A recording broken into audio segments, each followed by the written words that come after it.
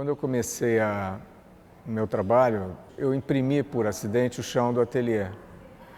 E foi uma coisa muito interessante, porque aquilo em alguns momentos era mais interessante do que a tela que eu estava pintando do outro lado.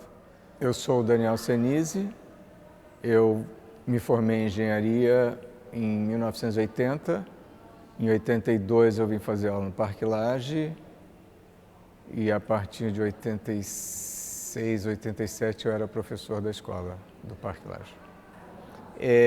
Eu não tenho uma agenda, um tema, só um tema no meu trabalho, mas desde sempre para mim é importante a ideia do entorno, o quanto o entorno me faz funcionar, né? Então eu nem sei se eu moro no Rio de Janeiro, eu moro num lugar do Rio de Janeiro que por acaso eu nasci nesse lugar e voltei para lá, sei lá, 30 anos depois, que tem uma conexão muito importante para mim.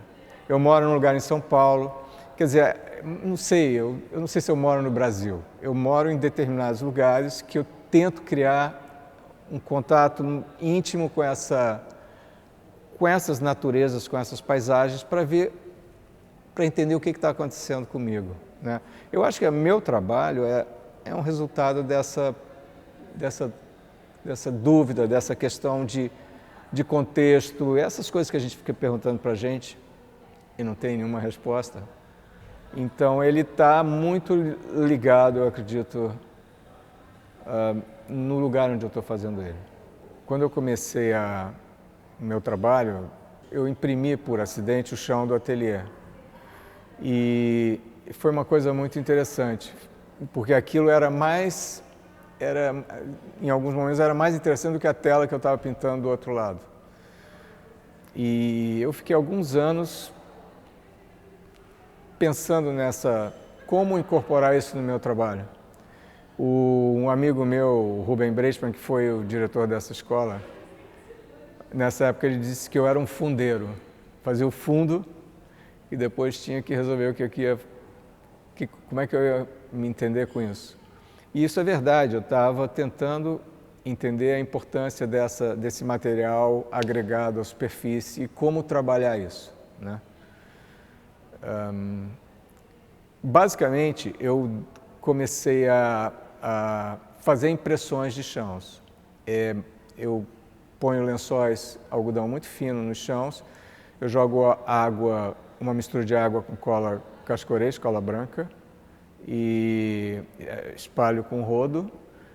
Quando aquilo seca, dependendo do chão que eu estou usando, eu tenho uma matéria que está no chão, tem as marcas do chão, se é um chão de madeira, às vezes eu tenho todo o desenho da madeira, dependendo também das condições climáticas, se é um chão de cimento, às vezes o cimento vem no chão, quer dizer, mas isso passou, depois de um tempo, a ser usado como uma paleta para mim. Eu tenho um arquivo muito grande dessas impressões e, em vez de ir na loja comprar na loja de material de artes, comprar tinta, eu escolho essas impressões de chão.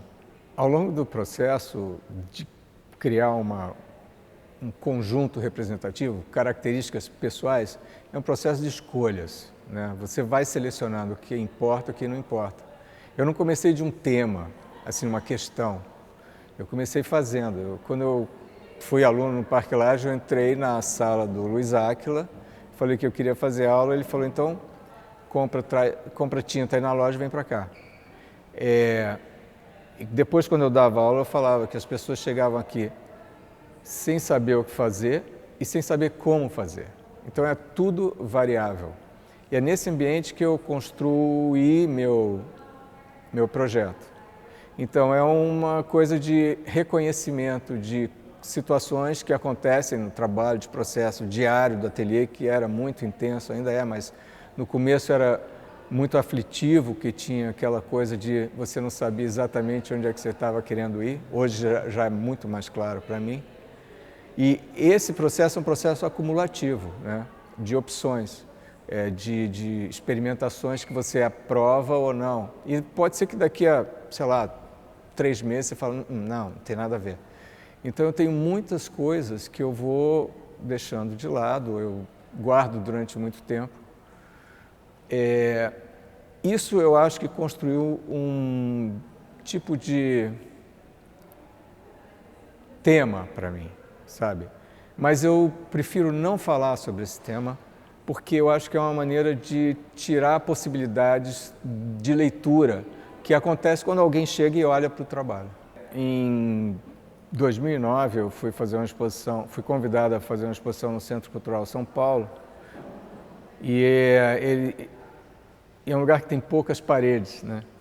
Daí tem uma linda escultura do Brecheret bem no meio. Eu pensei em reciclar o material que o próprio Centro Cultural produzia, que era bem reciclável, assim, dissolver com água, e criar tijolos e com esses tijolos fazer um muro em volta da escultura do Brecheret. Então, durante 4 meses que durou a exposição, eu e meus assistentes, nós produzimos esses tijolos e levantamos tipo um bunker em volta da Eva, né? Que é um trabalho que tem muitas leituras, porque alguém questionou por que eu estava ocultando a nudez, outros achavam que os tijolos eram feitos de mármore, enfim. E logo depois eu fui participar da Bienal de 2010 e eu pensei em a minha ideia foi construir uma sala com placas feitas de materiais reciclados de exposições das artes. Eu consegui uma boa quantidade, eu consegui uma Kombi de folhetos e catálogos do CCBB.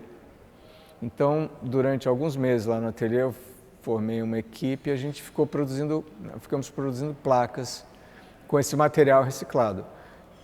60% é papel e o resto é gesso e um pouco de cola branca.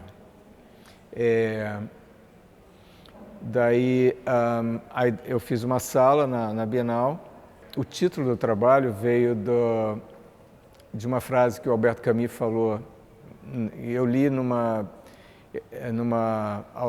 biografia em quadrinhos dele e o título é "O Sol me ensinou que a história não é tão importante". E existe um apagamento nesses materiais, né, de arte. Eu pensei, o sol é um grande agente apagador, né? Mas eu acho que o Camus, eu não sei como ele pensou no sol, porque o sol vem antes e vai estar depois, mas eu lembrei que está no livro O Estrangeiro, tem a hora dramática que ele mata o árabe, tem um lance do sol refletindo na faca ou na arma que supostamente o cara tinha na mão. Eu achei interessante essa ideia. Eu gosto muito do Camus por esse não otimismo desnecessário, sabe, que ele tem com as coisas, com a vida. E ele morreu de uma maneira assim meio louca, né, meio antes da hora, tá? Então é uma figura importante para mim. Eu achei que esse título funcionaria com esse trabalho. Agora, o título, não sei que horas ele chegou no trabalho, não veio antes, mas foi também no processo de realização. Quando eu pensei esse trabalho da Bienal, tinha uma questão. Se nessa sala com 4 paredes, uma entrada, mais 4 paredes, eu colocaria um destaque, eu faria essas placas com um destaque, supostamente lembrando a ideia de uma pintura na parede, né? Eu fiz e até o final fiquei na dúvida se colocava ou não colocava, e coloquei. E, enfim, eu acho que funciona para mim, porque não tem nenhuma contraindicação, entendeu?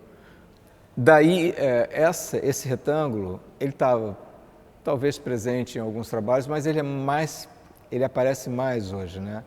É um personagem que talvez um dos primeiros momentos dele nas coisas que eu faço tenha sido aí na Bienal. Quando comecei a expor, eu comecei a expor literalmente as minhas primeiras pinturas e elas praticamente foram para a Bienal de São Paulo. Sei lá, a 20ª pintura que eu fiz na vida já estava na Bienal de São Paulo. Era um tempo muito rápido para você sintetizar uma obra. Eu gosto bastante desses trabalhos. Quanto mais o tempo passa, eu gosto de vê-los, porque eu tenho um afeto também por essa época, né? Mas eu acho que mais do que nada esses trabalhos têm uma intensidade, eles vão direto ao problema que eu estava me apresentando. E o que aconteceu depois é que eu tive que fazer esse problema ficar um pouco mais complexo para eu ter razão de estar fazendo isso depois, daqui a 10 anos, daqui a 20 anos, entendeu? Então eu tinha que entender que esse momento se esgotaria e que poderia acontecer outras coisas. E foi o que aconteceu. Eu passei por por algumas dificuldades depois desse momento inicial, onde eu comecei a elaborar essas coisas de impressões de chão e tal, que eu acho que em 92 eu tenho uma síntese desse período todo e eu começo a fazer uma coisa que teria essa leitura mais linear, né? De trabalhar com os fragmentos e não usar tinta, não inventar representações, mas me apropriar de representações, no caso, quando eu usava silhuetas e tal. A ideia de escola de arte é um pouco difícil para mim, porque eu acho que você não ensina arte, né? Eu acho que você tem que tirar os bloqueios, ajudar o cara a resolver os seus problemas, seus bloqueios. Você não tira o bloqueio da pessoa, né? Muitas vezes, quando eu dava aula aqui, eu tinha a sensação de que eu estava vendo alguém procurando diamante, mas estava pisando em esmeraldas e não estava se dando conta, sabe? Isso é um processo pessoal que não tem como ser ensinado. Foi a escola ideal para mim, sabe? Porque eu cheguei aqui, eu não queria fazer uma coisa sequencial, eu já queria resolver meu problema, que aliás não era uma boa ideia, né? Inclusive porque foi por isso que eu não fui fazer aula com Charles Watson. Que além de muita testosterona, ele te dava um problema de 9, você divide a tela em 9 pedaços e tal. Eu tinha uma moto e eu tinha que levar telas pequenas às vezes, sabe? Então, eu fui fazer aula com o Luiz Áquila. Encontrei o Ângelo Venosa lá e o Luiz Pizarro. E de lá a gente arrumou um ateliê com o João Magalhães. Eu acho que eu ainda não me formei, entendeu? O que eu faço, eu me informo muito sobre tudo. Tem períodos, né? Mas hoje eu tenho uma rotina de muita... Eu sei, o tempo todo eu estou vendo documentários sobretudo sobre ciência, mas eu estou, nesse momento, limitando a minha disponibilidade para os fatos contemporâneos de política e tal, porque parece que isso está gastando muito tempo, sabe? Eu leio variadamente, eu não leio tanto sobre arte como deveria. Tem coisas que eu realmente não sei e tem coisas que eu não tenho mais vontade de saber.